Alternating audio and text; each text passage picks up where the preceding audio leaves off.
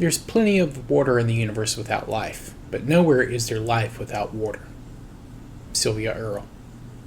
Welcome to this week's episode of Warfare, Advancement, and Revisionism. My name is Preston Floyd, and as always, I'm your host. I'd like to thank everyone for joining me this week. It really means a lot, and I would, again, like to thank everyone for their support.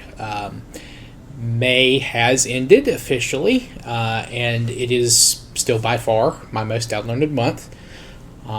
We cracked over 800 downloads for the entire month of May, so I really appreciate all of your support. And even though this episode isn't out, it seems like June is still seeing a lot of downloads.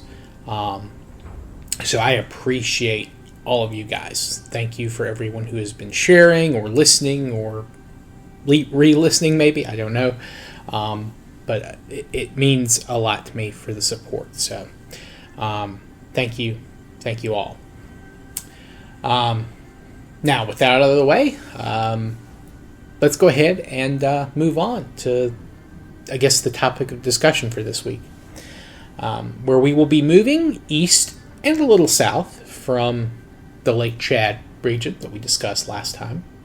And I've decided to kind of alter the area of focus. I had initially planned on maybe talking about the very northern extent of the Nilo-Saharan people, or the theoretical Nilo-Saharan people, but I've decided to continue focusing on them, but keep it in the White Nile River Valley and the kind of the areas to the south.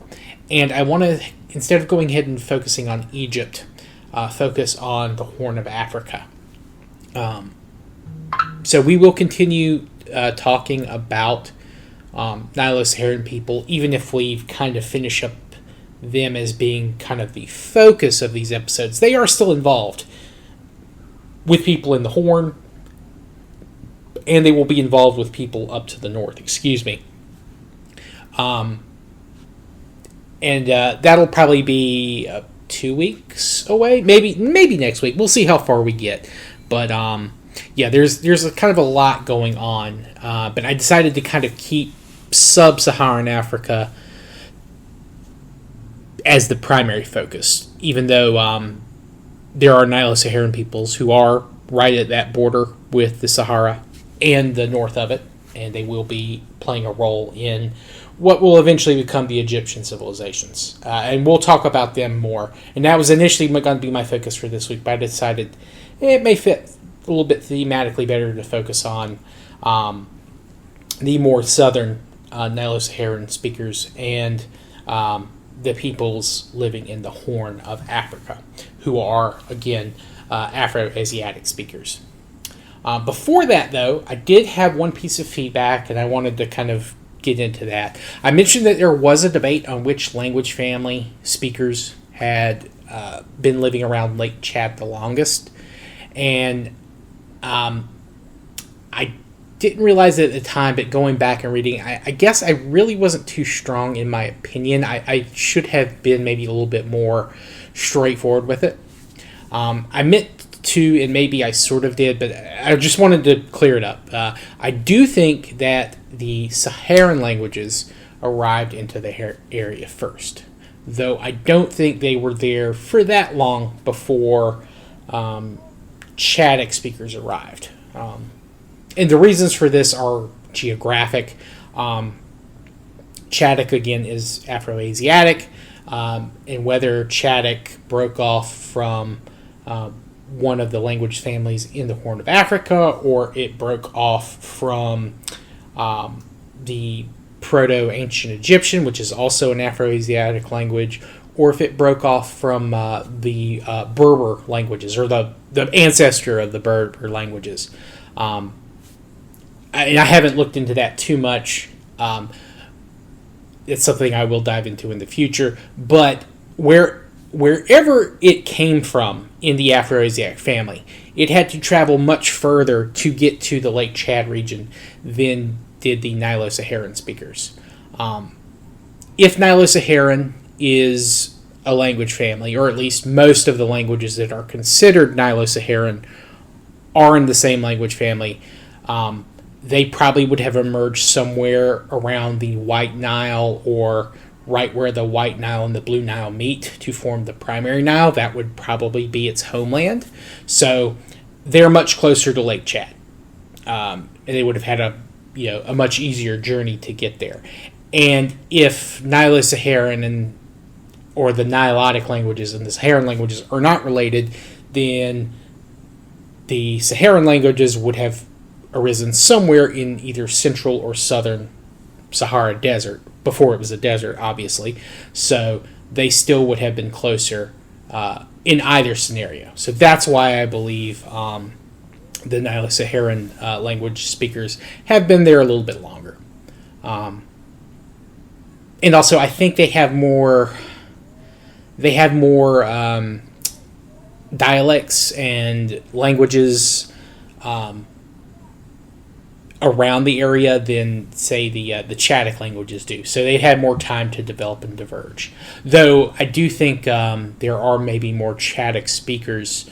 We'll get into the reasons for that later, but just because you have more speakers doesn't mean you have the older language, just as a rule of thumb. So that's my opinion. That's where I stand on that. Just wanted to go ahead and give my thoughts on that. Now, I could very well be wrong. Again, I'm not a linguist. I'm not 100% sure on that. But that's kind of my understanding and the arguments that swayed me the most. So, there you go. But that does bring me to, I guess, the peoples I want to talk about this week. And these are the Nilo-Saharan speakers, or at least the Nilotic speakers. Again, debating whether or not they're a single family, but the Nilotic speakers living between where the Blue Nile and the White Nile meet, all the way to the source of the White Nile. So that's kind of this is the area of focus that we're going to be talking about next.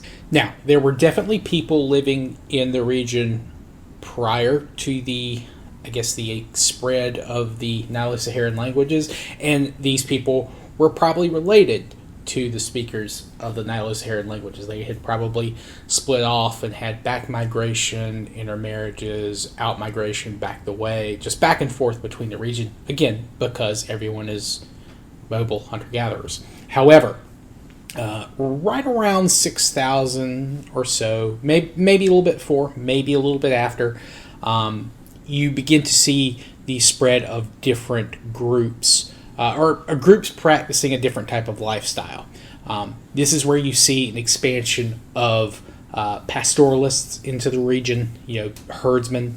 And they're bringing with them not just animals, but they are probably bringing crops into the region too, though that is not their primary mode of living. They're not agriculturalists, at least as we would understand it in the way that groups further north in the Nile River Valley, in what is going to be Egypt, are practicing agriculture, or groups in Mesopotamia that are beginning to found cities and practice agriculture. For them, agriculture is a supplement. This is the beginnings of what's going to be the pastoral Neolithic period. And there are two primary pastoralist groups who spread all through what is now southern Kenya, northern Tanzania. And they're not eliminating these hunter-gatherers. They're going to continue to interact and trade with each other. There is a certain level of coexistence and symbiosis. And I mentioned one of these hunter-gatherer groups, I think it was last season. It was either last season or the season before. But this is the Eburran industry, or the Eburran industry. And they had been associated with a period around Lake Nakuru in Kenya. They've been living in and around that area since at least, I think it's 13,000 BC. Now, they did leave for a little while due to like a drier period, but they came back right around 8,000 once the climate became humid again. And at the start of this season, we're in what's considered phase 3 of the Eburran industry. And this lasts for around 1,000 years. And then right around 5,000, basically from 5,000 to the end of this season, you get another period where the climate is drier, though it's not as dry as it was at the end of phase 1. It's very uneven in how it works. So there are still plants, but it's probably more of a shrubland, which, it's a good place to bring in sheep and goats and things like that. Don't think it could support too many cattle just yet. That won't happen until well after even next season. It doesn't become green enough to support a good number of cattle.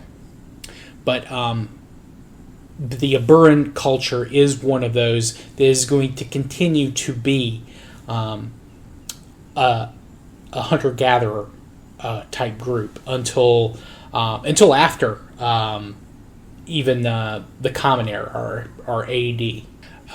The Eburran hunter-gatherers are probably a really important source of obsidian. A lot of their tools at a number of their sites are made from obsidian blades, and they probably were heavily involved with trading that throughout sub-Saharan Africa. This is a source of a lot of obsidian, and they give it or trade it to the hunter or the pastoralists that are moving into or around these areas. And of course, fishing is an important part of all of these groups, both the hunters and gatherers and the pastoralists that are moving in. Now, the Nilo-Saharan speakers, they generally stay around the Great Lakes regions, or the African Great Lakes regions, places like Lake Albert, Lake Victoria, Kyoga, and there's I think it's Lake Edward as well. Kind of those 4 bodies of water are going to be big population centers. Spread out there they are. You don't see much in the way of permanent settlements until a little bit after this season begins. Now, Lake Albert, Lake Victoria, they have names, of course, native names, and depending on which language you speak, you would call it something else. I think Lake Albert is known as Nam Ovoyo Bonyo. Lake Victoria is known as Nam Lowe. I couldn't get firm translations of what those mean. I'm assuming, and this may be a dangerous thing to do, but Nam means lake, or at least a body of water. The name for Lake Victoria, Nam Lowe, is a Duolua, which is a Nilotic language, and the name I gave for Lake Albert, Nam Ovoyo Bonyo, is an Allure language, also Nilotic. They both belong to a branch of Nilo-Saharan called Luwoian, which is a part of the Nilotic branch, the Western Nilotic branch. Obviously, they probably haven't diverged at this earlier date, but I think it might not be crazy to think that Western Nilotic was at least in its formative stage.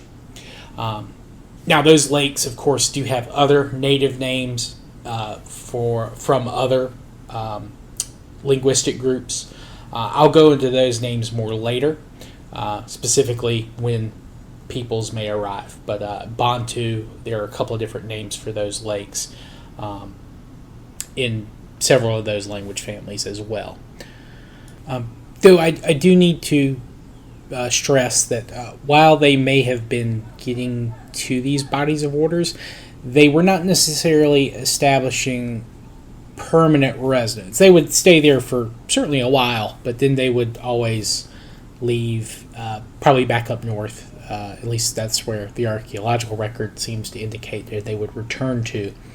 And there are times in the historical period where we know some of these Luoian people are recorded as moving south and meeting people that had maybe moved in during a period where the Luoian speakers or the Luoian language speakers had moved back up north. There's not really a permanent hold on the land. That's not something that is super important to a lot of pastoralist people, and that's all over the world. The land isn't so much as important as the herds are. Though, as time goes on, as we'll discuss, farming becomes more important to them, and that's probably part of the reason that they began to settle down more permanently. But again, this is all well in the future.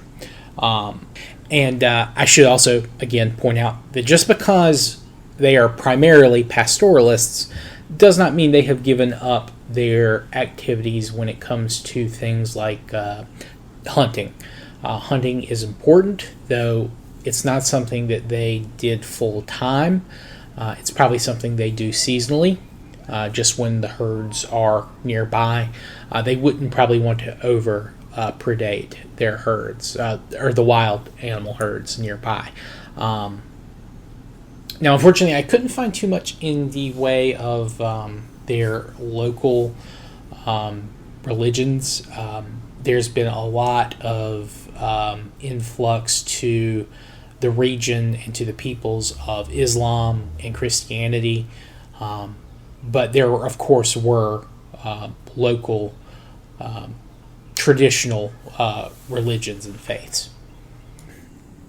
Now, to move further east, we have, of course, the Horn of Africa region, which is, of course, a very diverse region in terms of geography, and, of course, peoples and languages. And we know at least one or two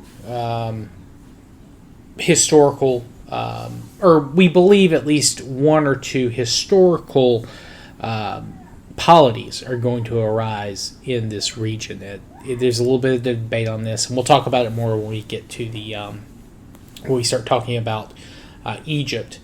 But this season sees a very big growth in the terms of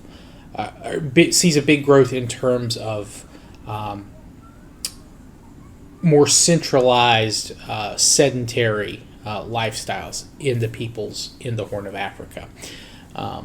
Now, again, probably not on the level of what you would see in what will become Egypt and in Mesopotamia, but there are a few what we would call states or city-states. But this would never be kind of a universal, all-encompassing government. There would still be people who are, even ethnically identical or a part of the same ethnic group as people living in these centralized cities, who are on the outskirts of that society, living traditional pastoralist lifestyles, which have probably been in this region since last season. But as agriculture begins to take off in the Horn of Africa, and we talked about some of the crops that are being domesticated this season in the region. Teff is a big one. Sorghum is the other. With growing those crops, they're able to not only supplement the human diet, but also the diets of their herds. So even though pastoralism may not actually have gotten to the Horn of Africa as early as it did to the southern Nile Valley in the Nile tributaries, it may have spread quicker, or at least larger herds may have been able to be supported sooner, because the Horn of Africa has undergone a certain, or at least a higher level of agricultural production, even if they're not necessarily true agriculturalists, though I would say that at least by the end of this season, there are some sites in the Horn of Africa that are definitely practicing like what we would consider organized agriculture and farming. So, and I haven't brought this up yet, but possibly around 5000 BC, maybe a little bit later, both Nilotic peoples and peoples living in the Horn of Africa have probably already become or are becoming lactose tolerant, or they developed lactase persistence, which, for those that don't know, if at least for long portions of human history, once you get past a certain age, you can't process dairy anymore, and it will give you, digestion issues. And various human groups at different times have adopted lactase persistence or lactose tolerance, whatever you want to call it. This is happening between these two different groups in Africa with the spread of pastoralism. Of course, people milking their goats, eating dairy products. So this is spreading in this region of Africa this season. It's probably happened in certain places on the Eurasian steppe. Some places maybe in the Middle East too. But this is something that geneticists believe is happening this season among this group of people, or these groups of peoples, excuse me. Now, in terms of languages, there are two kind of macro groups to talk about. In the Horn, at this period of time, there is the Omotic language family and the Cushitic language family. Now, for a long time, Omotic was kind of grouped up with the Afro-Asiatic families, but more recent scholarship has kind of either removed them entirely or kind of put them kind of in an odd little box on their own.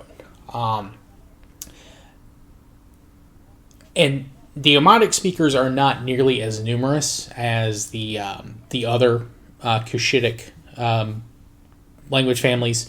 I think there's only around 8 or 9 million Omotic speakers, and there's only around, I want to say, I think it was 8 or 9 Omotic languages, and some of those are very small. Some of them don't even have more than some of those don't even have more than 20,000 speakers. And even within that language family itself, there are debates. Okay, wait, is this actually an Omotic language, or is this a language isolate that has just had a lot of interaction with Omotic speakers? Or is this language actually a break-off of a Nilotic language that has just interacted with Omotic, or another Cushitic or Afro-Asiatic language? It's really heavily debated. And of course, as you might expect from the name comes from the Omo River in what is now southern Ethiopia. And this river famously flows from the Ethiopian highlands and enters into Lake Turkana. And it is extremely likely, and in fact, it is the case, that this was a very important crossroads for human migration for hundreds of thousands of years.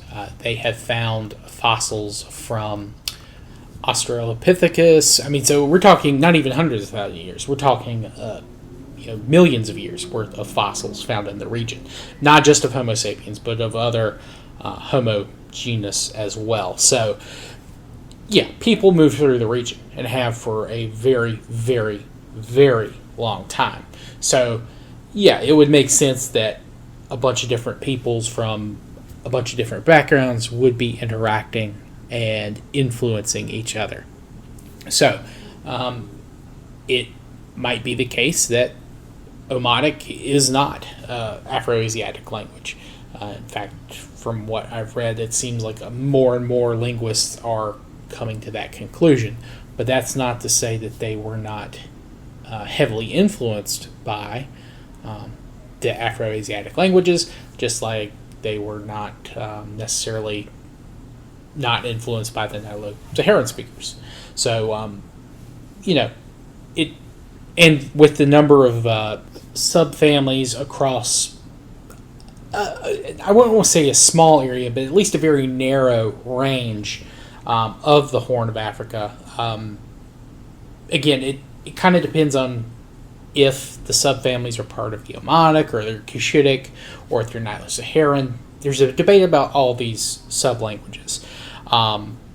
There's some as far north, I think, as Etruria, but most of them are kind of in the south around the Omo River, right along the Ethiopia-Kenya border. But I say all this to say, get to your point, Preston, that